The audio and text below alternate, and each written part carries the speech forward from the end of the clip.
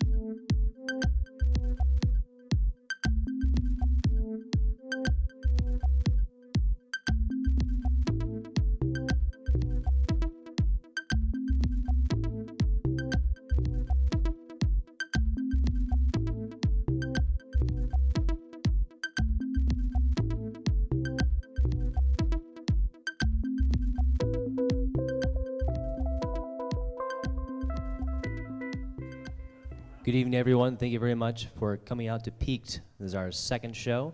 We'll be featuring Roy Shade first and Density and Time after.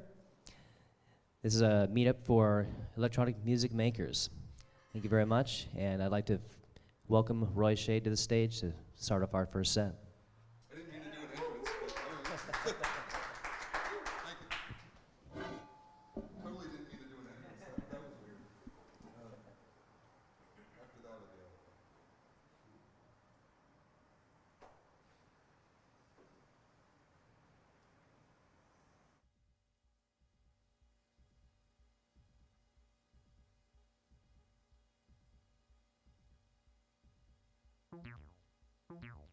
right.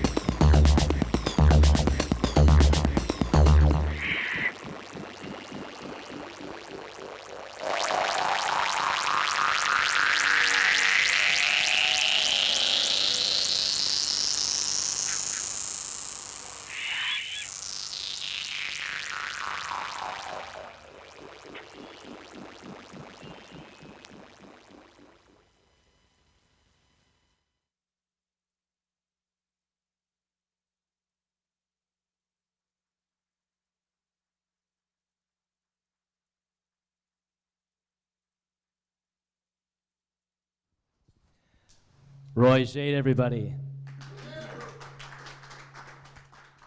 Thank you. Roy, thanks you very much for playing today, man. Really appreciate you coming out. Sorry.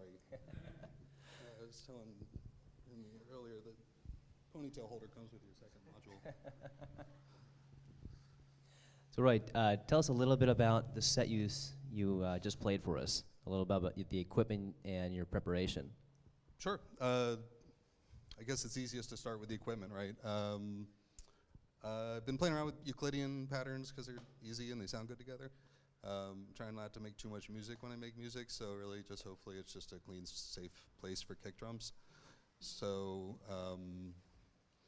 I have like literally, I think 5 of the 6 things, 6 of the 6 things in there can make kick drum sounds, just in case. So It's always good to have a backup. right, yeah. So yeah, that's it's really that's about it. It's about like trying to not say too much. So the instruments are kind of chosen accordingly to not have too much of a long game and don't have like too much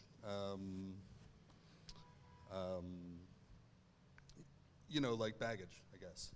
So the reason I like the sort of kick drums, the dark sounds, is because they just like, everybody knows what kick drum is, but it means something different to everybody else. So it's like the least I can do. And then just something to kind of keep the company. Tell me a little bit about what's one of the newest modules you've been playing around with. The newest module is actually, sorry, it's the same answer. It's the Euclidean circles. I've been putting off getting it for a long time, and it's exactly what I needed, and it's totally worth the space, and it's easy to use, even intoxicated. As opposed to like other options, which are not. So you have, I used to use the ornament and crime for the Euclidean stuff, because it's right there. It's really good. It's better than the Euclidean circles for like what you can do. But it's hard to edit when you're not completely concentrating on it. So with you using Euclidean now, what are you using ornament and crimes for? I missed the envelopes. So I'm still triggering the ornament and crime. Sometimes I'm triggering it from the Euclidean. Sometimes I'm triggering it from a clock, just to sort of, because that's the whole point, is to have like a layer of something on a layer of something that layers on something, so you can put a layer on it. And that's what's nice about the Euclidean stuff, is it doesn't take you too long to find something that sits with something else, as long as they're not like clashing in the frequency range.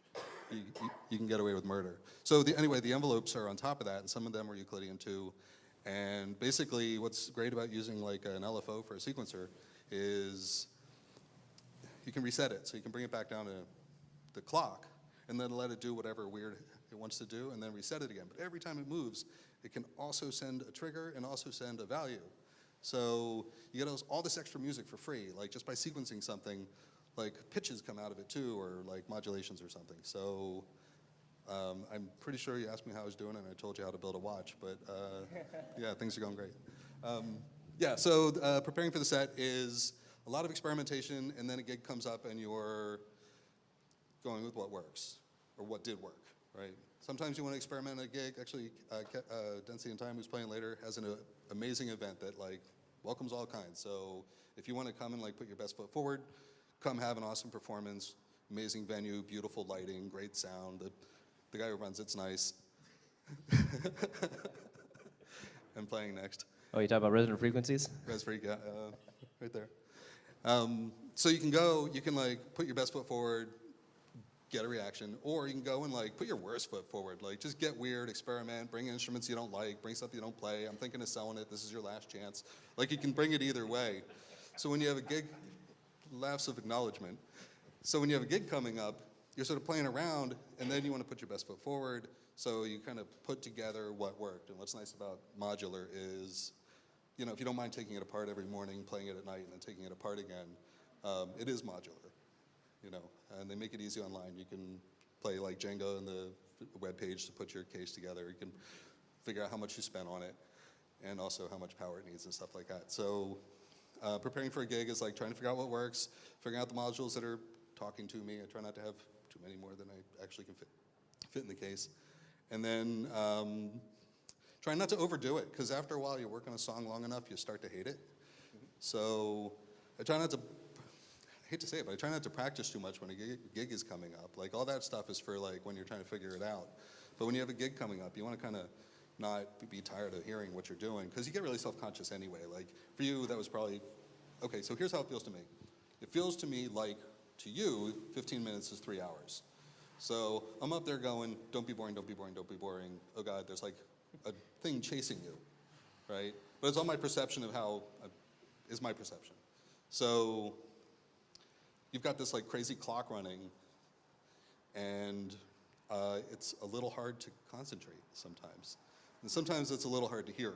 So you're just kind of going with motor memory at some point. Like, oh, what do I do after this? Well, I don't want to do it again, you know, because it'll never feel the same time. You can't step in the same river twice, right? Mm-hmm. So you try not to, or I try not to be over-rehearsed, because frankly, I don't want to play Freebird every night. Nobody gives a heck who I am or what my song is, right? So I'm really free to do whatever I'm feeling at the moment. There's no like, you know, set pieces with lighting and stuff. So you want to be in the moment. And you also want to have stuff that works so that you know where it is when you're not really thinking too clearly. Where'd you start with modular? Oh, you know, there's all these jokes about the gateway drug. I'll get it out of the way. You build a couple modules from kit, and you're just super practical. You're like, for me, it was like, oh, my favorite synthesizer is the Evolver. I'm going to get basically parts to build an Evolver. And you start making it from kit, and you're like, yeah, that's pretty good. Because it is good. Like, it's really rewarding. And then after a minute, you're like, but I understand there's this other module. That kit looks a little hard to build. So, and then like next thing you know, you're like full retail. And then that's part of the story. But part of the reason is because the modules sound good, they're responsive, it's an instrument, so it's not like playing a computer. You're literally playing something you're falling in love with while you're touching it, which is amazing. So it's very much like playing your favorite guitar. It just speaks to you. So that comes at a price sometimes for some people. Some people, God bless them. Oh, you know, there's a guy called Kinkus. I can't pronounce his last name, but I know how to pronounce his first name, from near Mexico City, apologies, who's going to be in town this weekend, right? And he's a big DIY guy, right? So you can watch his YouTube channel, even if you don't know how to solder. He'll show you how to solder. He'll tell you what to order. Part of the problem with getting into kits is like, it's like a choose your own adventure that you like lose every time. So you get all the parts and you're like, oh, I'm ready to put this thing together. And then you go to put together, you're like, oh, the L stands for left, I get it now. So now you have to go rebuy some freaking potentiometer that you were like, I'm gonna save all this money, and you're paying like FedEx rates now. So, yeah, DIY can be a bit of a pain, but that's where it starts. We all know it. Right, I'm not telling you anything you don't know. Not at all, but it's great to hear your perspective. It's really refreshing to hear it again and again, of course. But is there any particular models that have been a staple in your system over the years? Yeah, absolutely. Well, the ONC, of course. The BIA is just, it's just rock solid. It can be a bass, it can be a lead, it can be weird, it can be metallic. I cut it through like a 303 filter, so you get a lot of control over it because it's kind of insane. But you can just touch it and it changes and it's weird in all interesting ways. It's all sweet spot. And the other is the transient, which is, they call it a sampler, but it is really a thing that uses samples to make things. So it's very much like an octatrack in that way, where you just put a couple samples in it, you hit random, and it usually comes up at least interesting. So yeah, so it's a sampler, but like if you're gonna put your favorite kick drums in it and try to play them, that's out. So those two. Very cool, man. Thank you very much. Sure, thank you for having me. Yeah. Roy Shade, everybody.